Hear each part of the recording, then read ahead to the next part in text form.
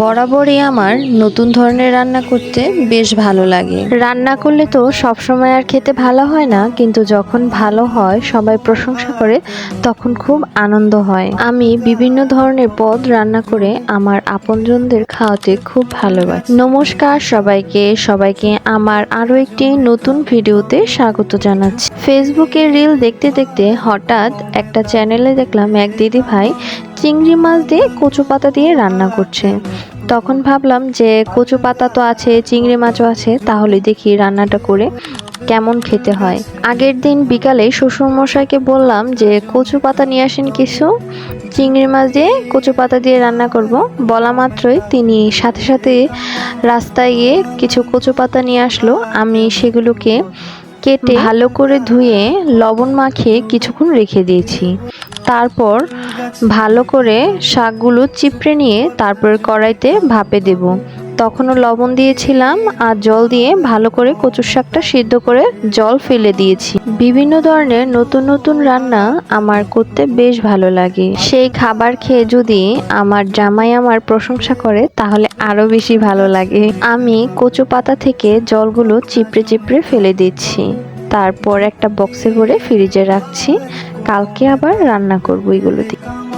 এই এতটুকু কাজ আগের দিন সেরে রাখার কারণ হচ্ছে যাতে পরের দিন একটু কষ্টটা কম হয়, যাতে তাড়াতাড়ি রান্নাটা করে ফেলা যায়। যেই দিদিভাইয়ের রান্না দেখে আমি শিখে রান্না করছি, তিনি তো নারকেল কোড়া বেটেও দিয়েছিল, কিন্তু আমি তো অত কিছু জোগাড় করতে পারিনি। আমি সর্ষে, পোস্ত, কাঁচা লঙ্কা, কাঁচা জিরে এখানে পাটায় বেটে তারপরে দিয়েছিলাম।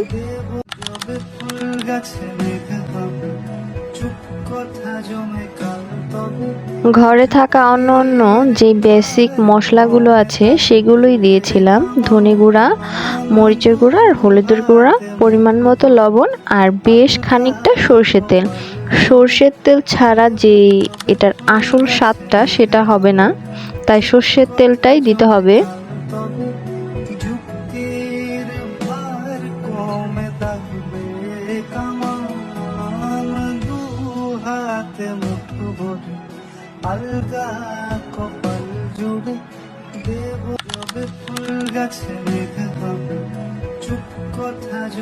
আগের দিন যে কচু পাতাটা রেডি করে রেখেছিলাম সেটা এখানে দিয়ে হাত দিয়ে ভালো করে মাখিয়ে নেব। হাত দিয়ে খুব ভালোভাবে মাখিয়েছি, কারণ মাখানোর উপরে খাবারের টেস্ট অনেকটা নির্ভর করে। কড়ার মধ্যে বেশ খানিকটা জল দিয়ে তারপর একটা স্ট্যান্ড বসিয়ে পাত্রটা বসিয়ে দিয়েছিলাম। বেশ আধা ঘন্টা রান্না হয়েছে এই তরকারিটা, তারপর নামিয়ে নিয়েছি।